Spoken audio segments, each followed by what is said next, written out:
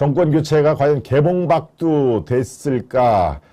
우리 시청자 여러분 중에서는 정권 교체를 염원하는 분들이 정권 재창출, 그러니까 민주당 문재인 시즌2로 이어지는 걸 바라는 분들보다 아마 상대적으로 더 많으실 겁니다. 또 저 자체도 제가 방송하면서 저의 글쎄요, 신념이라고 하면 신념이고 소신이라고 하면 소신이지만 대한민국을 위해서 정권은 바뀌는 게 낫겠다라고 제가 누누이 말씀을 드렸습니다. 예, 이 나라 더 좋은 대한민국으로 가려면은 문재인 이 대통령의 그 시즌2 그 문재인 정부의 기조를 그대로 이어가는 그런 정부보다는 정권을 교체하는 게 대한민국, 내가 태어난 우리 조국을 위해서라도 더 낫겠다라는 제가 판단을 하기 때문에 제가 방송에서 애매하게 얘기하지 않고, 물론 뭐 저희들은 아시아투데이가 종합일간지라는 언론 매체에 속한 방송이기 때문에 어느 정도 1인 유튜버하고는 다를 수밖에 없습니다. 상당히 이 신중하고 자제하는 그런 제목도 그렇죠. 썸네일도 상당히 뭐 어디처럼 아주 여러분들이 듣기 좋아하는 것만 아주 이렇게 난리 났다, 큰일 났다, 뭐 뒤집어졌다 이런 것들을 수시로 쓰는 그런 거로 하면은 속이 시원한 거 다 압니다. 네, 끝났다 뭐 하는 이런 얘기.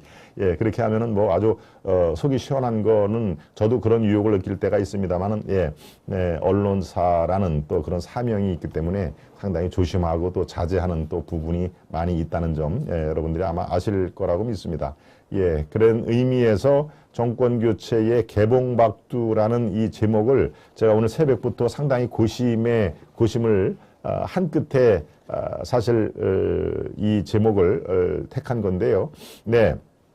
현재의 정권 교체를 염원하는 분들이 아주 50%가 넘게 나보죠. 53에서 대개 58 정도로 여론조사 공표기간 이전에 한 여론조사에서는 대개 53, 54, 55, 56, 57, 58 요 사이에서 왔다 갔다 하는데 그 수치가 중요한 게 아니고 과반이다. 50%가 넘는 국민들이 정권 교체를 희망한다라고 하는 그런 점에 있어서는 이번 그 대선의 시대 정신이 정권 교체다라고 하는 그런 그 여론조사 결과와 거의 비슷합니다. 그러니까 절반 이상이 그 원하는 그런 정권 교체가 지금 D-1 하루 앞둔 지금 상황에서 과연 이게 실현될 것이냐라는 게 여러분들 최대 궁금 사항 아니겠습니까?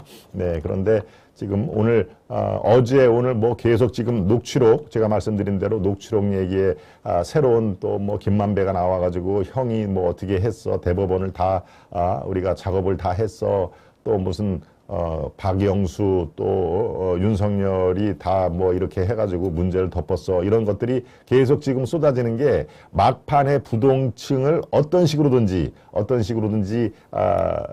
한 표라도 자기 쪽으로 이끌어올, 뭐 이미 이제 진영 싸움에서 이쪽 40% 이쪽 40%는 아무리 김만배의 아주 핵폭탄 같은 또 녹취록이 오늘 오후에 나와도 그건 움직일 수가 없습니다. 기본 진영의 40%는 이미 어떠한 그 변수가 생겨도 지지 후보를 바꿀 그 의사가 추호도 없는 그런 상황인 것이고요. 네, 문제는 지금 40이면 80 아닙니까? 나머지 20% 에서 적게는 지금 가면 갈수록 이제 어차피 아유 그래 지금까지 그냥 뭐 쭉 지켜봤는데 그래도 이 사람을 찍을 거야 라고 하는 분들이 이제 점점 줄어들어서 약한 제가 보기에는 10%에서 15% 정도가 아직까지도 부동층 또는 유동층이자고 그러죠. 오늘은 또 이 사람이 더 좋아 보이고 내일은 저 사람이 더 좋아 보이고, 그게 대략 한 12, 3% 정도로 지금 될 걸로 추산을 합니다만은 이분들이 이제 결정을 하는 겁니다. 결국은 결정을 하는 건데 문제는 이 대장동이라든가 또 이번에 그 사전투표 부정 의혹, 네, 그런 것들이 어디가 더 유불리, 뭐 굳이 유불리, 또 송영길이 유세도중, 신촌에서 유세도중 뭐 망치로 맞았는데 크게 이게 함몰되지가 않아가지고 큰 뭐 문제는 없다라고 지금 얘기를 하는데요.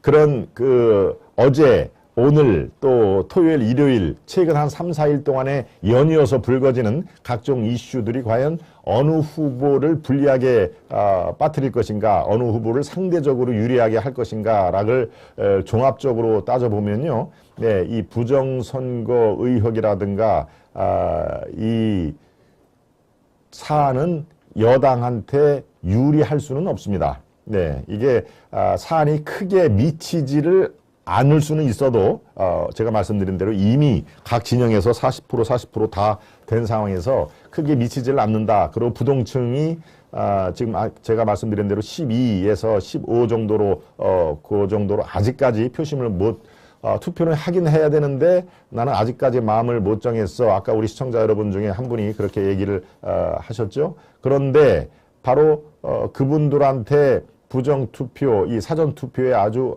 엉망인, 제 표현대로 하면 삼국시대보다도 못한 그런 그 선거관리, 물론 뭐 삼국시대나 그런데 뭐 선거관리라는 게 있겠습니까? 무슨 뭐 장관, 이 이조판서, 병조판서를 무슨 선거로 뽑는 것도 아니고 왕을 또 선거로 뽑는 것도 아니기 때문에 그만큼 이거는 누가 봐도 21세기의 백주 대낮의 대한민국 선거관리의 모습은 아니다라는 말씀을 제가 강조하고 싶어서 어제 삼국시대라는 말씀을 제가 드렸는데요. 네, 이 선거관리의 총체적인 부실, 이거는 야당보다는 당연히 집권당에 있는 겁니다. 집권당에. 말씀드린 대로 제가 노정희 대법관 얘기를 했습니다마는 대법관 중에서 통상 좀 고참들이 이 선거관리위원장으로 갔다가 2년 정도 이렇게 같이 겸직을 하는 겁니다. 겸직. 그러니까 이제 저게 토요일 날도 출근도 안 하고 이제 저런 일이 벌어지는 상황인데, 아니 사전 선거가 진행되는 날에 선거관리위원장이 집에 있었다는 거 아닙니까? 저 대법원 가가지고 열심히 일한 것도 아니고, 네. 그러니까 지금 저 문제에 관해서는 이재명 후보가 아이고 야 왜 하필 또 저런 일이 벌어지냐라고 틀림없이 마음적으로 아주 노심초사를 할 겁니다. 예, 당연히 집권 여당의 책임이 있는 것이죠. 선거관리위원장을 누가 임명을 합니까? 결국 대통령이 임명을 하는 거 아닙니까? 김명수 대법원장의 의견을 추천과 의견을 받아서 임명을 한 거니까 저건 당연히 김명수 대법원장과 문재인 대통령, 예. 김명수 대법원장은 그야말로 대법원을 아주 정권의 그런 아주 극심하게 만들어서 정권의 글쎄 꼭두가시라고 하면은 대법관들이 좀 너무 노할까요? 네, 아무튼 판결이라든가 또 김명수 대법원장은 또 실제로 거짓말을 또 한 게 있지 않습니까? 거짓말을 자기하고 같이 있던 부하 판사를 옷을 벗기려고 거짓말을 한 게 금방 탄로가 났죠. 임모 부장판사가 뭡니까? 대법원장과 녹취였나요? 문자 메시지였나요? 문자 메시지? 예, 둘 중에 하나입니다. 그것을 아예 공개를 했지 않습니까?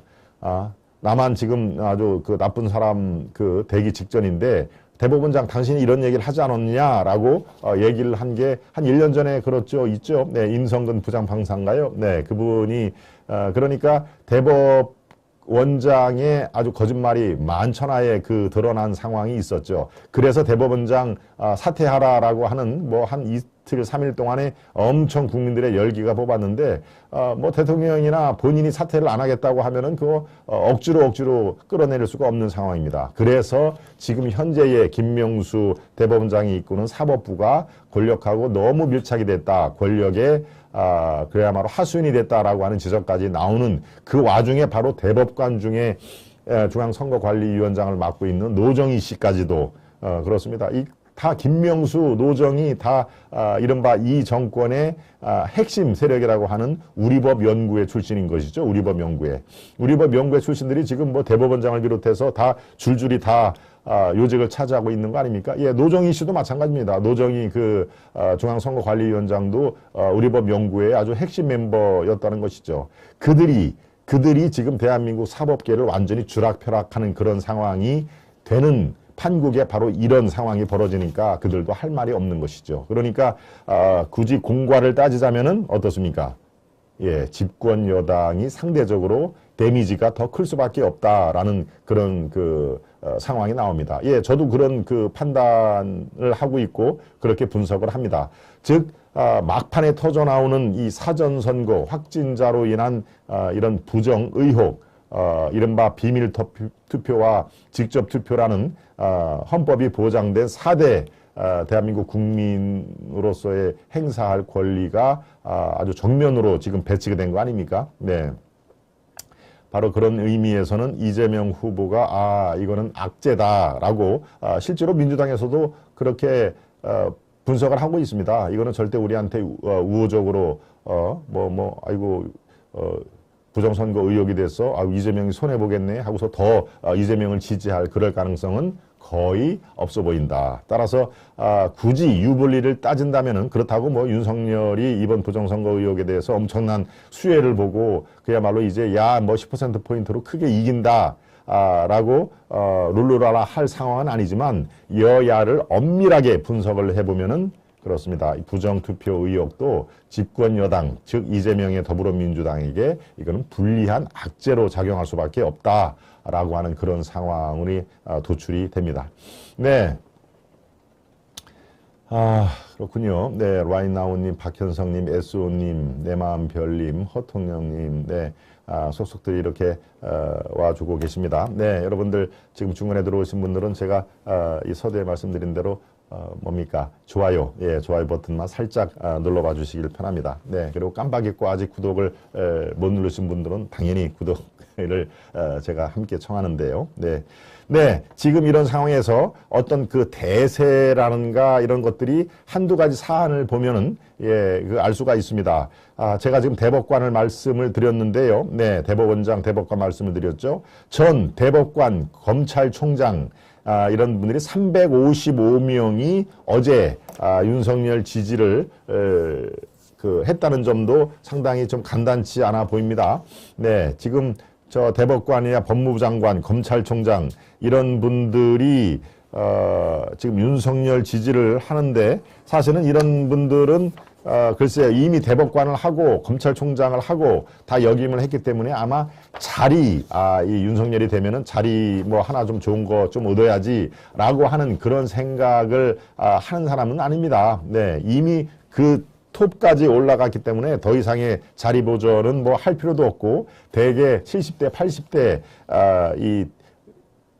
연배가 된 분들이기 때문에 특별하게 자리 욕심 뭐 우리가 보면 알 수 있죠. 저 사람들은 지지 선언을 하는데 혹시라도 윤석열이 되면은 어떤 뭐 청와대에 들어가거나 어떤 자리 보존 이런 것들을 하는 사람이다. 그런 지지 그룹이다라는 거를 금방 알 수가 있죠. 여러 가지를 보면은. 근데 이 분들은 이름까지도 이렇게 밝힐 정도로 네, 여기에 보면은 네, 제가 이거는 뭐 상당히 중요하고 민감한 얘기이기 때문에 제 의견보다도 설명을 이렇게 바로 드리도록 하겠습니다. 전직 대법관, 법무부 장관 등이 포함된 전직 현직 법조인 355명이 헌법과 법치의 파괴자는 대통령이 될 수 없다며 윤 후보 지지선언에 나섰다. 예, 이제 이름이 나오죠. 정기승, 이용우 이 두 분은 전 대법관입니다.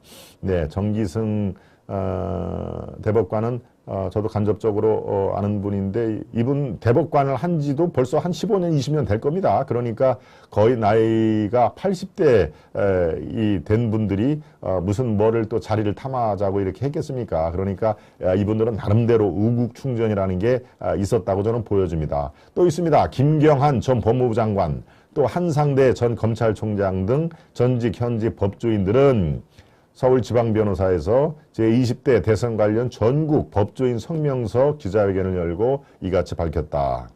네, 이 성명을 통해서 이재명 대선 후보는 대장동 게이트, 백현동 게이트, 정신병원 강제 입원 논란, 배우자의 법인카드, 비서, 관용차 무단 사용 논란 등 온갖 불법 시비의 한가운데 있는 인물이다. 공정과 상식으로 헌법 정신에 입각한 대한민국을 새롭게 만들어갈 윤 대선 후보를 지지함을 천명한다. 이렇게 성명서를 통해서 얘기를 했습니다. 또 이재명 후보에 반대하는 법조인들의 입장을 별도로 이렇게 문서로 전달을 했는데요. 예, 이거는 이헌 변호사가 기자회견을 했군요. 입만 열면 거짓말, 말 바꾸기에 극단적 욕설을 해대는 이 후보와 같은 변호사가 있다는 사실은 같은 직종에 있는 우리들에게도 놀랍고 수치스러운 일이다. 대통령은커녕 말단 공직자도 자격이 없다. 굉장히 세죠. 네, 이 성명이 그대로 이어집니다. 법조인들은 기본적으로 정치 관여를 드러나게 하지는 않는 성향이 있다. 그렇지만 지금 벌어지는 행태를 보면 그럴 수가 없는 상황이다. 군대는 나라를 못 지키고 법원은 재판을 엉터리로 하고, 예, 바로 대법원 얘기를 제가 했죠. 김명수 대법원장.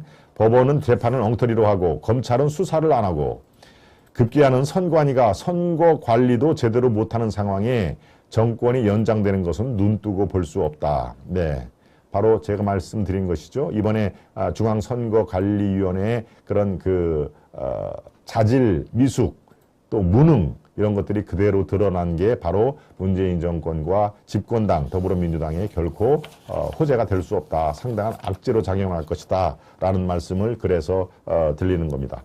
예, 전직 대법관, 검찰총장, 법조인들이 지지한 거에 이어서 전현직 대학 총장, 교수 무려 1600명도 지지를 선언을 했습니다. 예, 어제입니다. 네, 그러니까 사실은 지금 아주 중요한 시점에 이번 선거는 반드시 정권 교체가 필요하다라고 이런 분들이 성명을 내기에 이르렀는데요. 예, 이것도 여기에 보면 뭐 이름이 쭉 되어 있습니다. 네, 이름도 말씀을 드리겠습니다. 예, 그렇죠. 이름을 말씀을 드려야 또 이 객관적으로 더 설득력이 있으니까요. 그래 도대체 1600명이 어떤 사람들이야? 왜 이름은 얘기를 안 해? 라고 하면은 설득력이 없지 않습니까?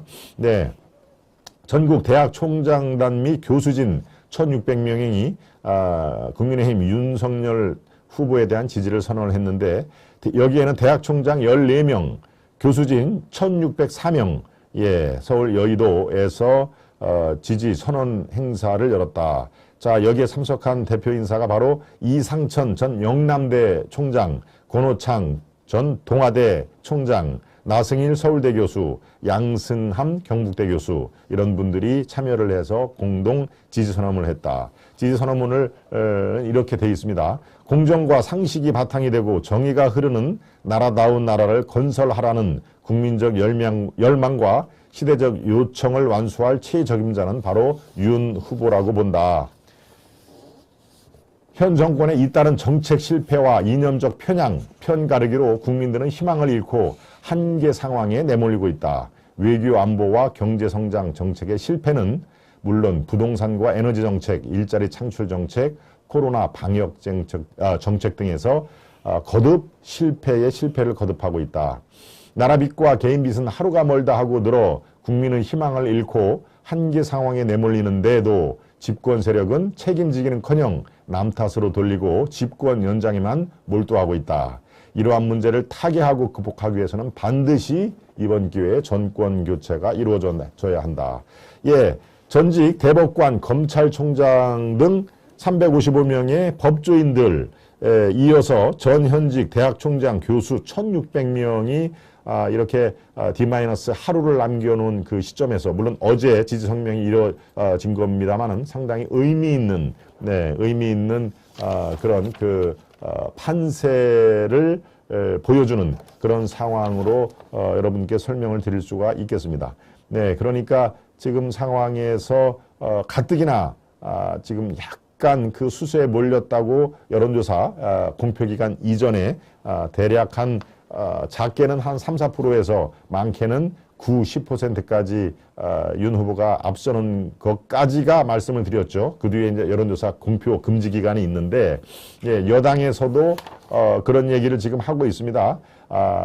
송영길 어제 그 망치로 이렇게 머리 일부를 맞아가지고 세브란스 병원에 지금 입원하고 있는데, 예, 뭐 크게 문제는 없다고 하더군요. 지금 이 민주당이 농구로 얘기로 하자면은 약 1, 2점 차로 뒤지고 있는 상황이다. 그다음에 막판에 휘슬 불기 직전에, 경기가 끝나기 전에 3점 슛이 필요한 상황이다라고 농구에 빗대서 얘기를 했는데요. 그러니까 막판에 자기 진영의 쇠 결집을 지금 얘기를 한 것이죠. 예, 1, 2점을 뒤져서 있는데 막판에 3점 슛 하나면은 역전이 가능하다. 예. 그다음에 야당은 우리가 조금 앞서고 있는 여론조사가 많이 있는데 더 확실하게 이 승기를 굳힐 것이다라고 하는 그런 얘기입니다. 네.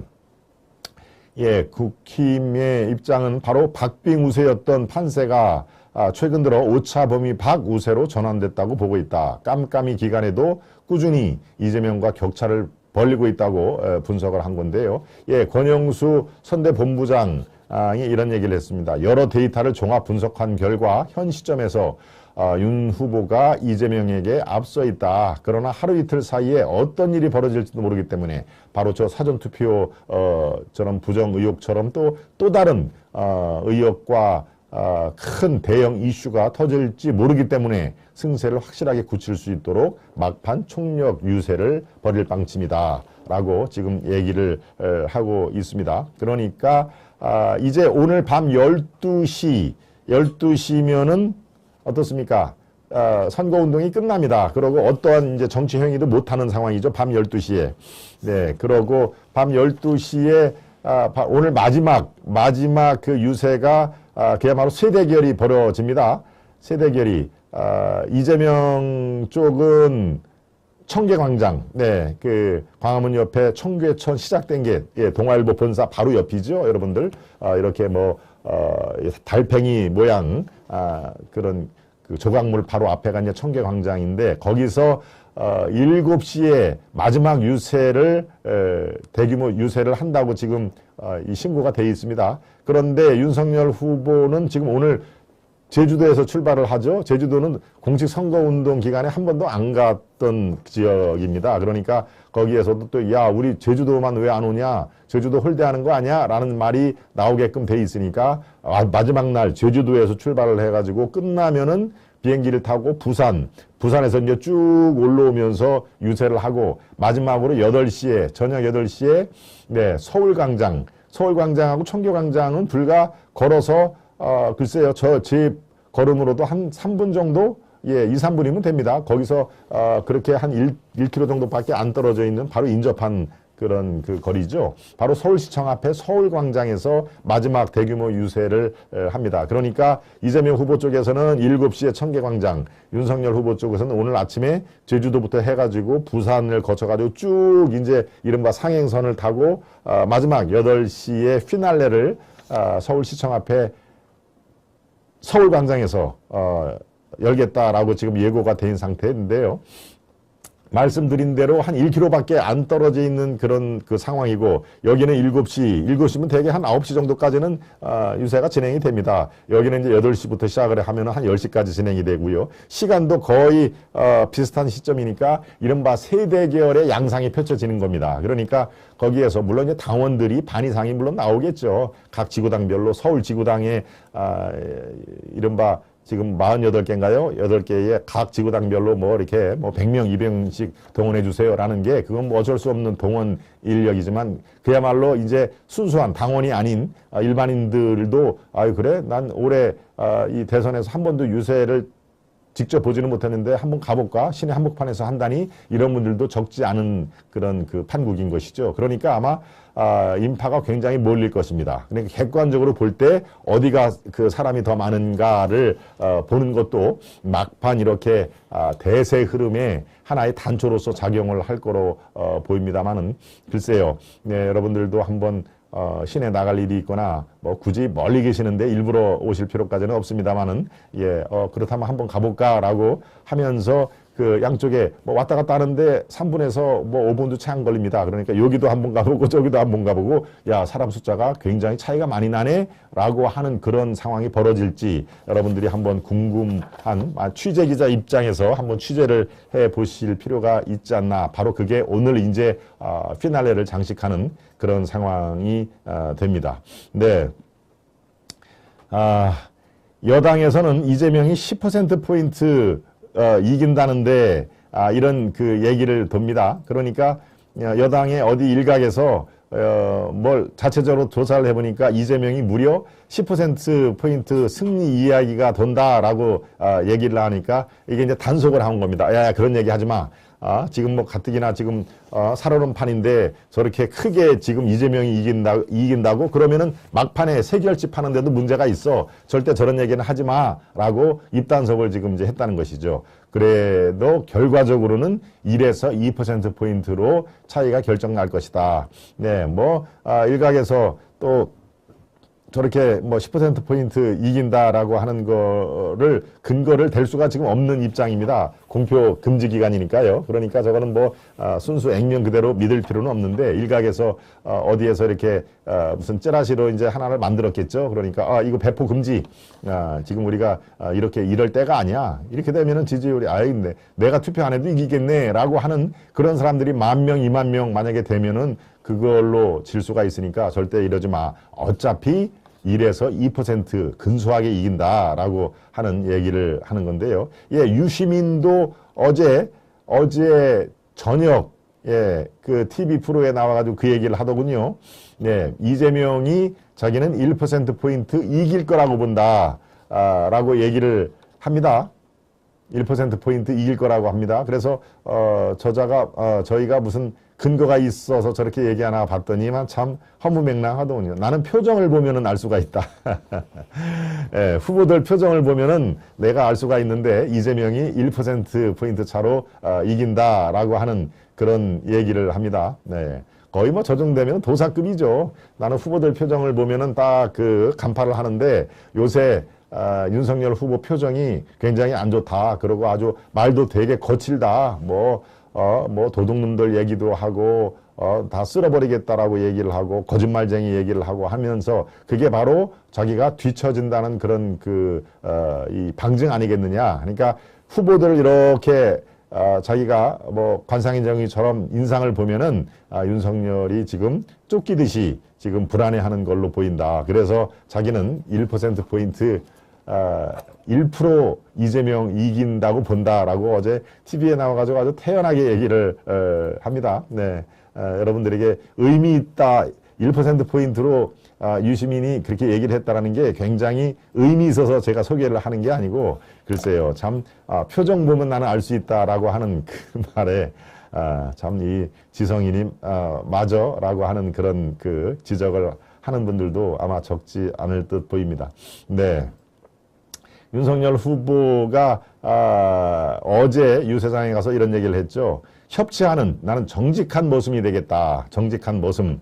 예, 국민에게 군림을 하고 나라를 두 동강으로 잘라서 이렇게 정말 대한민국이 맞나라고 할 그런 문재인 정부를 아주 질타를 한 것이죠. 나는 이렇게 안철수와 또 그 외에 다른 그 정파하고도 협치하는 정직한 모습이 되겠다라고 안철수와 어제 두 번째 합동 유세를 한 것입니다. 안산시 안산문화광장에서 저 지금 제스처가 나온 건데요. 예. 그래서 여당 인사 중에서도 합리적으로 사물을 보는 그런 분들하고는 협치를 충분히 이루겠다. 그래서 나는 여러분들이 군림하지 않는 모습이 되겠다라고 하는 얘기를 어제 안산 유세에서 여러 번 강조를 한 게 제가 기억이 납니다. 네. 김규식님, 내 마음 별과 같이님, SOU님, 이상호님, 네. 김재선님, 네.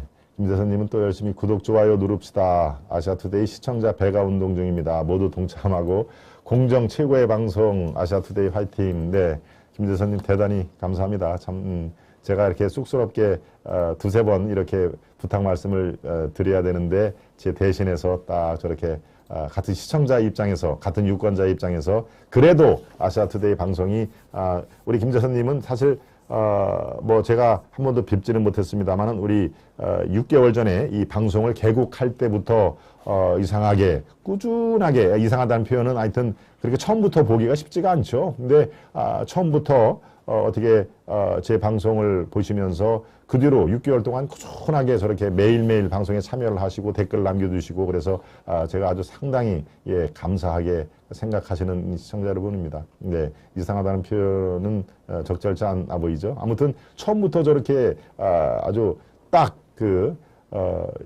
이른바 꽂힌다고 그러죠. 예, 요즘 젊은 표정으로 이 방송 괜찮네 라고 꽂히면서 6개월 동안에 저렇게 꾸준한 사랑을 보내주시기가 쉽지가 않은데 정말로 참 대단히 감사의 말씀을 드리도록 하겠습니다. 아이고, 예, 김 작가님이 또 말씀 중에 소중한 정성을 보내주셨습니다. 네. 네, 대단히 감사드립니다. 김 작가님, 또 김교식 님도 아시아투데이 팬입니다. 네. 예, 보리스님, 예.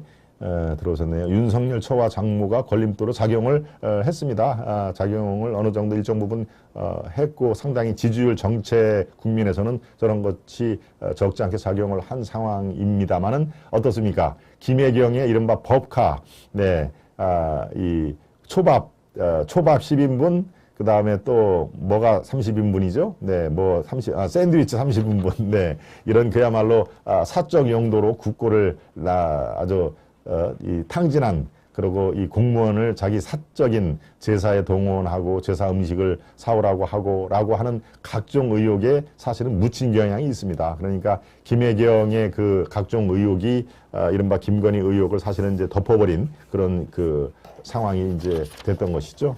네. 네, 첫 번째 정권 교체가 개봉박두 이 흐름을 보이고 있다라고 하는, 과연 개봉박두가 될 것이냐라고 하는 그런 의문부에 제가 나름대로 설명을 드렸습니다. 제 말씀에 구체적으로 수치는 뭐 제시를 안 했습니다만은 여러분들 궁금하시는 게 아마 포함이 조금 돼 있겠죠. 네.